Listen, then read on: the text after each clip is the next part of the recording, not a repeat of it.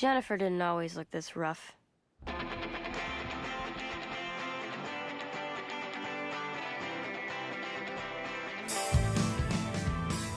Just 2 months ago, me, Jennifer, and my boyfriend Chip were completely normal people. We were our yearbook pictures. Nothing more, nothing less.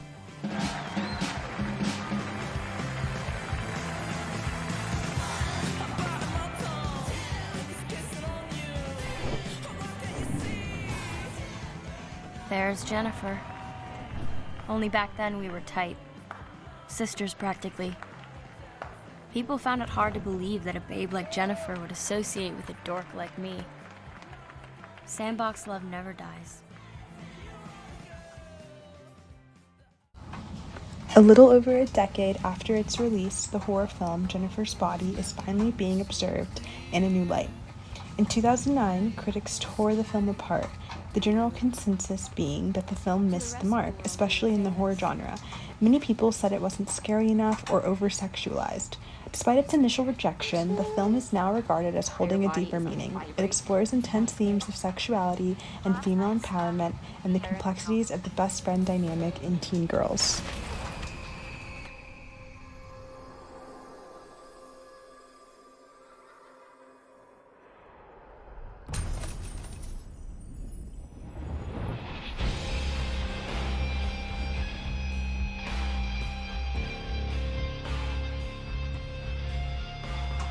Told from the point of view of her best friend Needy, played by Amanda Seyfried, Jennifer's Body tells the story of a newly possessed cheerleader, Jennifer Check, played by Megan Fox, who kills her male classmates while her best friend tries to understand her new condition and stop her before things get too out of hand.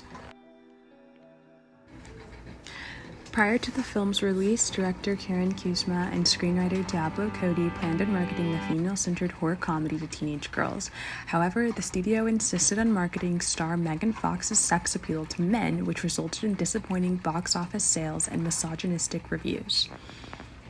The studio had a very strong, unshakable belief that this movie needed to be marketed to young men, specifically. So that was who they... Which came because of me, I'm assuming. Yes. Okay. Yeah, exactly.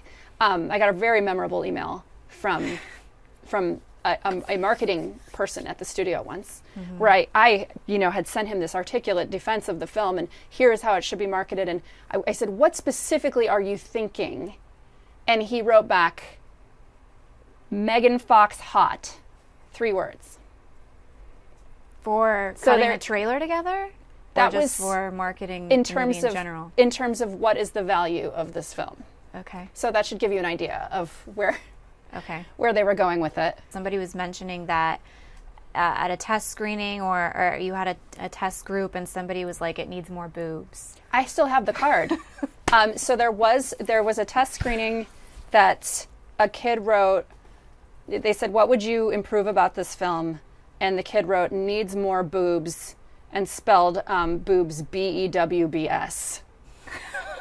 And that was the data that was collected and taken seriously. Over the years, the film has become a cult classic, a favorite of genre fans, and praised for addressing predatory male behavior long before the Me Too movement. It has cemented its place in feminist horror by reclaiming the revenge story formula for women.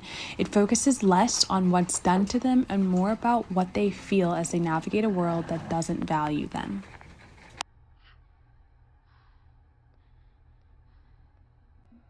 Jennifer's Body put forward a female gaze in horror before anyone really cared. The film's title leads viewers to expect shots of the bombshell's body, but the visuals playfully denounce the male gaze. While there are plenty of shots of Jennifer taking her clothes off or flirtatiously floating across the screen, viewers never actually get to see her body. In Carol Clover's 1989 piece, Her Body Himself, Gender in the Slasher Film, she explains that the horror genre and pornography overlap. Both are devoted to the arousal of bold sensations. Horror deals with gender and explores the body in painful terms, whereas pornography deals with sex and engages the body in terms of pleasure. Sex attitudes in slasher films are easily read because of the repetitiveness that is associated with them. Horror films exist beyond what is considered a respectable audience, which is a typically middle-aged and middle-class group. Jennifer's Body takes this and flips it on its head. I am a god.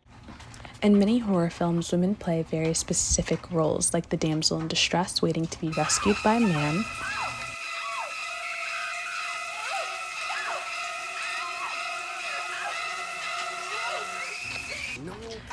a promiscuous bombshell who's there to be stared at and killed off as punishment for I'm not her into openness short to guys. sex. Or the final girl who survives because she's more pure than the other victims. Jennifer and her best friend Needy don't fit into any of these molds exactly. Jennifer's unapologetic sexuality becomes her strength, and it's not her openness to sex that gets her, but it's ultimately the love that is taken away from her best friend that kills her. We see her presented to us as something more than a sex object in the scene where her mother walks into her room and clings to the body of her lifeless daughter. Needy may seem like a final girl, but instead of her trying to escape, she's proactive and searches for answers. She has the survival skills of a final girl, but the narrative control of a hero. And in the end, her purity isn't what keeps her safe, but her love for Jennifer. Through all of the film's commentary about rape culture that was overlooked at the time, you can see how it paved the way for films like Emerald Fennell's Promising Young Woman, which tackles rape culture in an even more direct way. Go. Stay. My God, you are so... I need to go. No, you don't want to go home. I need to go.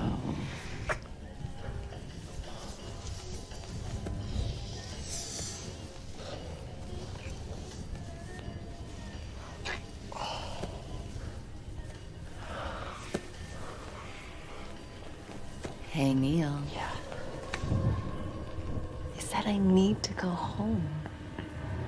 Holy shit. Whoa, whoa, whoa, whoa, whoa, whoa. What is this? You some kind of psycho or something? Why'd you say that? I just thought that you were... Drunk? Yeah. Really drunk? Fuck. Yeah. Well, I'm not. But that's good, isn't it? I think you should leave. Oh, now you want me to leave? No, I'm really high. Like, I'm really fucking high right now. I don't know what I'm doing. I think you should go. But a second ago, you were determined for me to stay. You were pretty insistent, actually. I'm a nice guy. Are you? The story ends with Needy getting revenge on her best friend's abusers. If Jennifer's Body was released today, it would be a hit with horror critics in the Me Too era. The film was made for teenage girls, but marketed towards boys as a sexy horror comedy. This turned off the girls the movie was written for and disappointed the guys who went to see it. The lasting impact of this film has not been with the college-aged boys the film was screen tested with, but with young women who see themselves in Jennifer. In 2009, the film's writer, Diablo Cody, was fresh off an Oscar win for Juno and was considered a one-hit wonder, whereas Megan Fox, the film's star, was considered a Maxim cover girl who was best used as a hot prop. There was a narrative surrounding the names attached to the film. People felt like the film was trying too hard and was too sexual. When looking at Jennifer's Body, we can see what we value in films and what we dismiss, and how over time we can shift our thinking. Both Fox and Cody have talked about how the people who come up to them to talk about it today are people who weren't even old enough to see the film when it first came out.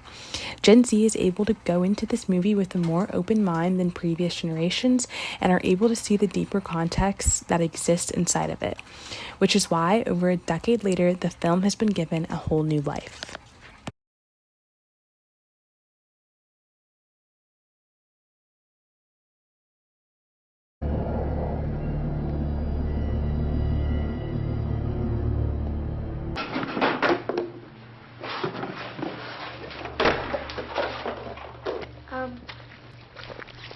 My mom got that at Boston Market and posted it.